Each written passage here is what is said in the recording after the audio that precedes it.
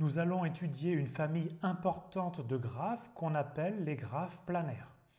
Qu'est-ce que c'est qu'un graphe planaire? C'est un graphe qu'on peut dessiner dans le plan sans que les arêtes s'intersectent. Donc qu'est-ce qui est interdit? C'est interdit d'avoir deux arêtes, ici une arête rouge et une arête bleue, qui s'intersectent alors qu'on n'a pas mis de sommet à l'intersection. Donc bien sûr, si on a un sommet ici, on peut avoir plusieurs arêtes qui arrivent à ce sommet-là. Alors, voyons un exemple. Ici, vous avez à gauche et à droite le même graphe. Il faut bien comprendre que c'est le même graphe. Un graphe, c'est un ensemble de sommets reliés par des arêtes. Et à gauche, vous avez une représentation non planaire. Pourquoi? Parce que l'arête rouge et l'arête bleue s'intersectent à un endroit qui n'est pas un sommet. Mais on peut changer la représentation de ce graphe-là en ici tout simplement déplaçant l'arête rouge, on lui fait faire le tour du carré et on a changé notre représentation du graphe. C'est bien le même graphe mais avec cette fois une représentation planaire. Donc je vous laisse un petit exercice. On a ici le graphe K3,2, c'est-à-dire qu'on a une ligne avec 3 sommets en haut et 2 sommets en bas. Chaque sommet du haut est relié à tous les sommets du bas. Donc ici, bien sûr, c'est une représentation non planaire du graphe parce que vous voyez, par exemple, ces deux arêtes s'intersectent en dehors d'un sommet. Je vous laisse montrer en exercice que ce même graphe, vous pouvez lui retrouver une représentation dans le plan sans arêtes qui s'intersectent.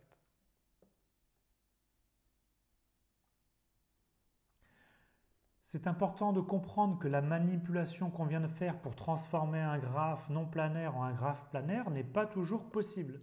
Il y a des graphes qui ne sont pas planaires. Et on a sous les yeux un premier exemple qui est le graphe complet K5. On a donc 5 sommets et chacun des sommets est relié à tous les autres sommets. Et ce graphe-là, vous voyez qu'ici sa représentation n'est pas planaire, mais on ne peut pas trouver une autre représentation qui soit planaire.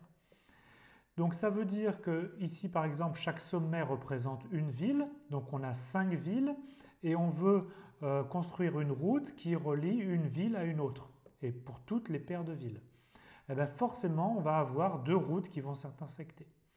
C'est exactement ça le fait que ce graphe-là ne peut pas être mis sous la forme d'un graphe planaire.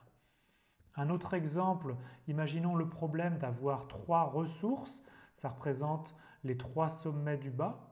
Et on a 3 villes, les 3 sommets du haut, et chaque ville veut une route directe vers sa ressource. Et donc ça correspond ici au graphe K3,3, parce qu'on a 3 sommets en haut reliés à chacun des 3 sommets du bas. Et bien ça non plus, c'est un exemple de graphe qui n'est pas planaire. On ne peut pas trouver un dessin des arêtes tel que les arêtes ne se coupent pas dans le plan. Donc on ne peut pas ici construire des routes sans intersection.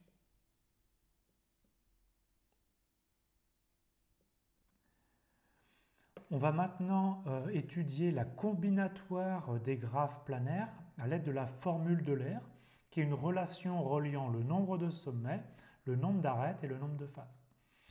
Donc les sommets, on sait bien ce que c'est. On va appeler grand S le nombre de sommets. Ici, il y a 4 sommets. On va appeler grand A le nombre d'arêtes. Ici, vous avez 1, 2, 3, 4, 5 arêtes. Et on va compter le nombre de faces. Alors, les faces, disons que pour simplifier, on va dire qu'une face, c'est une zone située entre des arêtes. Donc ici, on a une face, ici, on a une autre face, et puis on va avoir une face infinie, d'accord, qui est la face complément de toutes les autres faces. Donc ici, on va avoir 3 faces et on va noter grand F, le nombre de faces. La formule d'Euler, c'est une relation reliant le nombre de sommets, le nombre d'arêtes et le nombre de faces, quel que soit le graphe planaire connexe. Donc cette relation, c'est S moins A plus F est égal à 2. Je vous rappelle que S, c'est le nombre de sommets, A, c'est le nombre d'arêtes, F, c'est le nombre de faces, y compris la face infinie. Et donc cette formule-là est vraie quel que soit votre graphe planaire.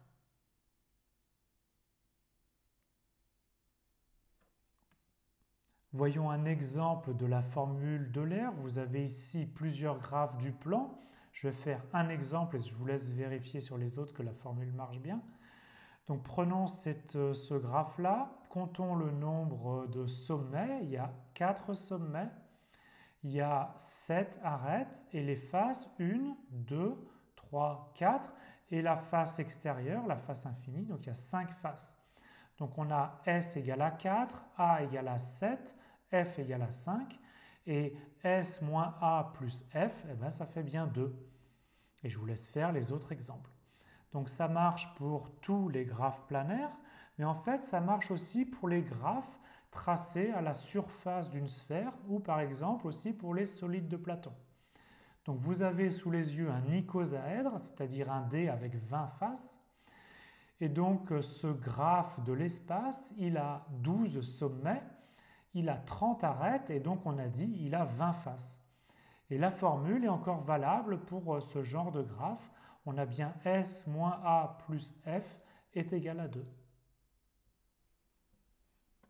Il existe un autre résultat célèbre sur les graphes planaires, c'est le théorème des 4 couleurs. Ce résultat affirme que si vous prenez n'importe quel graphe planaire, vous pouvez toujours le colorer avec 4 couleurs ou moins. On a déjà vu ce problème de coloration de graphes. Il s'agit d'attribuer une couleur à chacun des sommets, donc ici une couleur parmi 4, de sorte que 2 sommets adjacents ne soient pas de la même couleur. Donc si on a 2 sommets reliés par une arête, ils ne doivent pas être de la même couleur. Donc vous avez ici sous les yeux 2 exemples de graphes planaires et c'est à vous de les colorier avec seulement 4 couleurs. Alors attention, ça c'est bien un résultat qui est valable pour tous les graphes planaires, mais si vous avez un graphe qui n'est pas planaire, ce n'est pas forcément vrai.